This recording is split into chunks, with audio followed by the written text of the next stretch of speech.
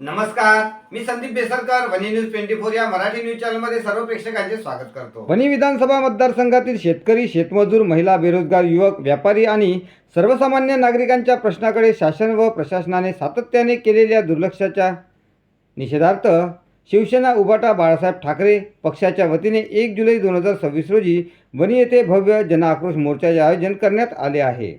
वसंत ginning हॉलमध्ये पत्रकार परिषदेमध्ये ही माहिती देण्यात आली. यामध्ये शासनाने केवळ आश्वासनांची खैरात केली, प्रत्यक्षात मात्र शेतकरी, महिला, युवक आणि सर्वसामान्य जनतेच्या पदरी निराशाच पडली आहे. त्यामुळे फसव्या कर्जमाफीच्या जाचक अटीमुळे हजारो शेतकरी आजही वंचित आहे. लाडकी बहीण योजनेअंतर्गत अनेक पात्र महिलांना डावलण्यात आले आहे. शेतीसाठी आवश्यक असलेल्या 12 तासांचा अधिक पुरवठा अद्यापही मिळत नाही. यवतमाळ जिल्हा हा पीक विमा योजनेतून वगळून शेतकऱ्यांवर अन्याय करण्यात आला आहे. खत वितरणातील जाचक अटी, वाढते इंधन दर, घरकुल लाभार्थ्यांचे रखडलेले हप्ते आणि मोफत रेतीचा प्रश्न आजही प्रलंबित आहे. तसेच वनी शहरातील पाणीपुरवठा व्यवस्था कोलमडलेली असताना अमृत योजनेतील गैरव्यवहार आणि जनजीवन मिशनची रखडलेली कामे जनतेची थट्टा करीत आहे. स्थानिक युवकांना डावलून खाणीमध्ये परप्रांतीयांना रोजगार दिला जात आहे.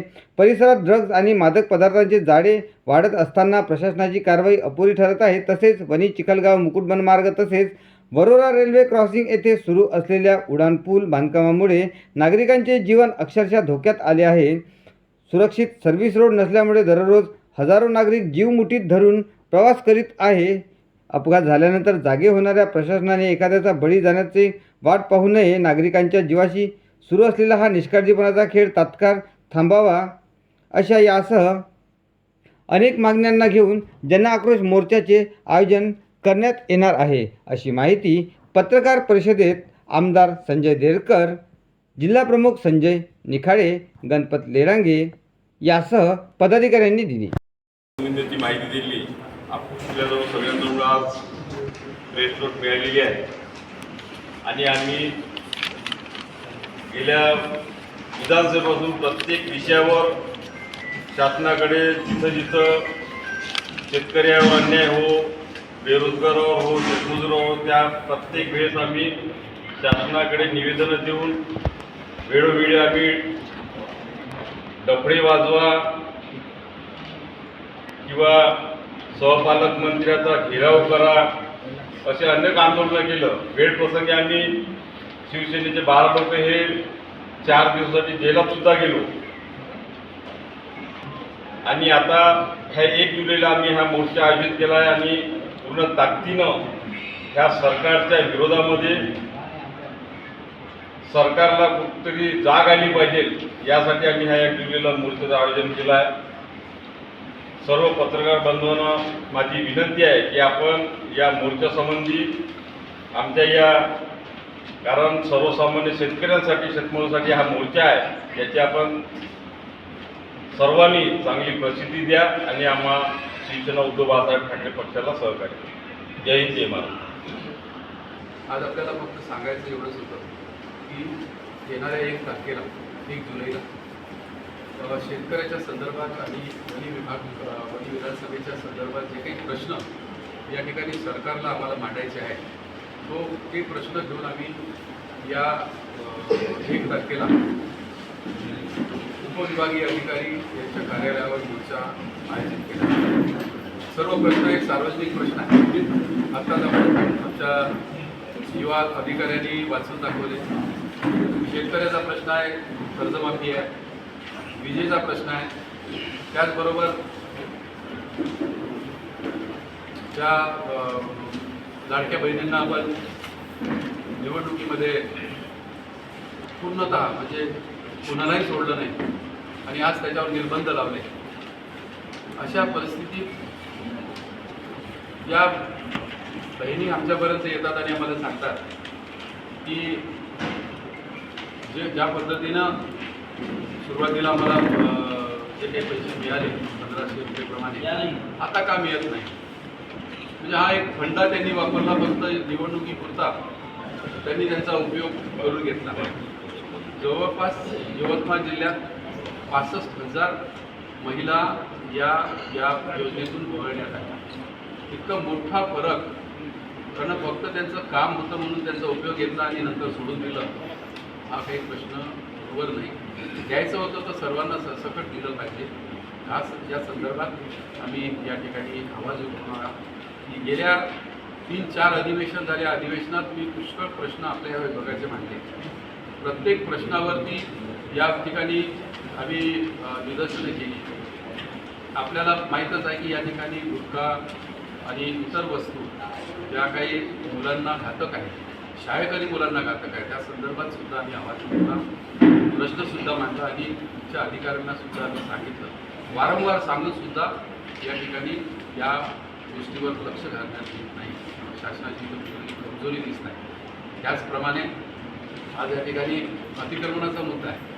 आम्ही त्यांना वारंवार सांगत गेलो की अतिक्रमण आहे, गोरगरीब जनता आहे, त्यांच्यासाठी आपण या ठिकाणी आवाज उठवला की त्याचं साईडनं करा. त्यांना मी 2 दिवस अगोदर माझ्यापर्यंत आले होते. त्यांना सांगितलं की तुम्ही साईडनी जे काही नाली बांधली आहे त्याच्यावरती राहा. त्यांनी सगळ्यांनी मान्य केलं आणि सर्वांनी ते केलं. पण आज त्यांनी पुन्हा बळजबरीनं, कारण निवडणुका होत्या तोपर्यंत त्यांना थांबवलं आणि निवडणुका झाल्याबरोबर पुन्हा नगरपालिकेने आपला पवित्रा दाखवला.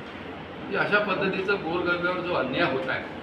कारण आम्ही हा प्रश्न विधानसभेत मांडला होता की यांना पट्टे मिळायला पाहिजे. ग्रामीण भाग असो की शहरी भाग असो, यांना पट्टे मिळाले पाहिजे आणि त्या पट्ट्याचा पूर्ण आराखडा तयार केला आणि आज त्याची योजनासुद्धा लागू झाली. त्याचंसुद्धा काम चालू आहे. त्याचा अध्यक्ष म्हणून मी या ठिकाणी काम करत आहोत. त्याच्यासाठी सुद्धा खूप प्रयत्न करावा लागत आहे. कारण आपल्या भागात शास्त्रीनगरपासून तर इकडे ह्याच्यापर्यंत आपल्या सर्वोदय चौकापर्यंत हा पूर्ण पट्टा आपला हा अतिक्रमित आहे आणि त्यांना पट्टे मिळाले पाहिजे, त्यांना स्वतःची जागा मिळाली पाहिजे, तिथं घरकुल झाले पाहिजे. हा आमचा मूळ उद्देश होता आणि तो मूळ उद्देश करण्यासाठी आम्ही वारंवार पाठीमागे लागलो आणि सरकारने त्यासाठी आता ती योजना लागू केली आणि ती योजना ग्रामीण भागातच, शहरी भागातच नाही तर ग्रामीण भागातसुद्धा जे काही घरकुल आले त्यांनासुद्धा ती योजना लागू करण्याच्या संदर्भात, नियमाकून करण्याच्या संदर्भात ही योजना सुद्धा आहे. आज पांढर रस्त्याच्या संदर्भात सुद्धा आहे. पांढर रस्त्याच्या संदर्भात सुद्धा आम्ही आवाज उठवला. आपल्या भागात प्रत्येक गावात प्रत्येक शेतकऱ्याला आपला रस्ता मिळाला पाहिजे. परंतु त्यांनी घोषणा केल्या, विधानसभेत घोषणा केल्या, वर्ष उलटून गेलं. आम्ही त्याच्या पूर्ण आराखडा या ठिकाणी वनी विभागात तयार केला, परंतु अजूनपर्यंत त्याच्यावर पैसा आला. म्हणजे फक्त घोषणा करायच्या आणि ती फक्त निवडणुकीपुरत्या तयार करायच्या आणि नंतर विसरून जायचं असं काम या सरकारचं आहे. या सरकारच्या धोरणाच्या विरोधात आम्ही 1 तारखेला एल्गार करणार, जनजागृती करणार आहोत आणि त्यांना सांगणार आहोत की आमच्या या भागात जे शेतकऱ्याचा आता पीक विमा आहे, यवतमाळ जिल्हा वगळला, एकही शेतकऱ्याला पीक विमा मिळणार नाही. म्हणजे किती मोठी गोष्ट झाली. पीक विम्याचे जवळपास यवतमाळ जिल्ह्यातून 1,200 कोटी रुपये जमा केले आहेत. 1,200 कोटी काही कमी होत नाही आणि त्यातला एकही रुपया आपल्याला या भागात कापसाचा असो, तुरीचा असो, सोयाबीनचा असो, कोणताही विमा या ठिकाणी आपल्याला मिळाला नाही. सातून मातूर आम्ही त्याला पाठपुरावा केला तर तुरीसाठी फक्त 3 कोटी, फक्त तुरीसाठी 3 कोटी रुपये आपल्याला मिळत नाही. ते जिल्ह्याला 3 कोटी म्हणजे आपल्याला आपल्या शेतकऱ्याला किती 20 रुपये, 25 रुपये, 50 रुपये येईल आणि त्यांच्याकडून जवळपास 3,000 ते 4,000 रुपये प्रत्येक शेतकऱ्याकडून टाकत आहे. म्हणजे असा शासनाचे निर्णय एक घेतात, अंमलबजावणी वेगळे राहते आणि शेवटी जेव्हा काम करायची पाळी येते त्यावेळेस काहीच राहत नाही. घरकुलाच्या संदर्भात सुद्धा आपल्याला सांगायचं आहे, घरकुल इतके वाटप केले परंतु अजूनपर्यंत त्यांच्या घरकुलाला पैसा मिळालेला नाही. 1 हप्ता मिळाला, सर्वसाधारण सर्व जनतेला एक पहिला हप्ता देऊन टाकला, 15,000 रुपये सर्वांना सरसकट देऊन टाकले. आज निकष लावत आहे. तुम्हाला फक्त निवडणुका होत्या म्हणून फक्त निकष लावायचे. निवडणूक होता त्यावेळेस सर्वांना सरसकट द्यायचं आणि निवडणूक झाल्यानंतर मग आपले निर्बंध लावायचे. ह्या योजना, बसव्या योजना आपल्या या महाराष्ट्रात सुरू आहे, या पद्धतीने बंद झाल्या पाहिजे. त्यासाठी आम्ही या ठिकाणी हा 1 तारखेचा मोर्चा या ठिकाणी आयोजित केला आहे आणि आम्हाला सर्वांना आशा आहे की आपण सर्वजण त्यात, कारण तर आपण सुद्धा सर्व शेतकरी बांधव आहे. शेतकरी बांधवाच्या ज्या कळकळीच्या मागण्या आहेत त्या मागण्या अजूनपर्यंत पूर्ण होत नाही. त्यांच्या शेतमालाला जो भाव मिळाला पाहिजे तो भाव मिळत नाही. आज आपण प्रत्येक गोष्टीची विचारणा केली असता आता पेट्रोल डिझेल याचं सुद्धा इतका तुटवडा या ठिकाणी सुरू आहे. आपल्या सर्वांना माहीत आहे, ठीक आहे, आपण मान्य करतो की युद्ध झालं, युद्धामुळे काही पर्सेंटेज वाढत असेल, परंतु वाढणं म्हणजे किती वाढवायला पाहिजे. मग यासोबत आमच्या शेतमालाला भाव का नाही वाढत? शेतकऱ्याच्या शेतमालाला भाव मिळाला तर आम्हाला तुमची गरज नाही, तुमच्या योजनेची गरज नाही, तुमच्या कोणत्या याची गरज नाही. परंतु ते न करता शेतकऱ्यावर अन्याय या ठिकाणी हे सरकार या ठिकाणी करत आहे आणि त्याच्या विरोधात आम्ही या ठिकाणी 1 तारखेला हा मोर्चाचं आयोजन केलं आहे. आपण सर्वांनी त्या ठिकाणी साथ द्यावं.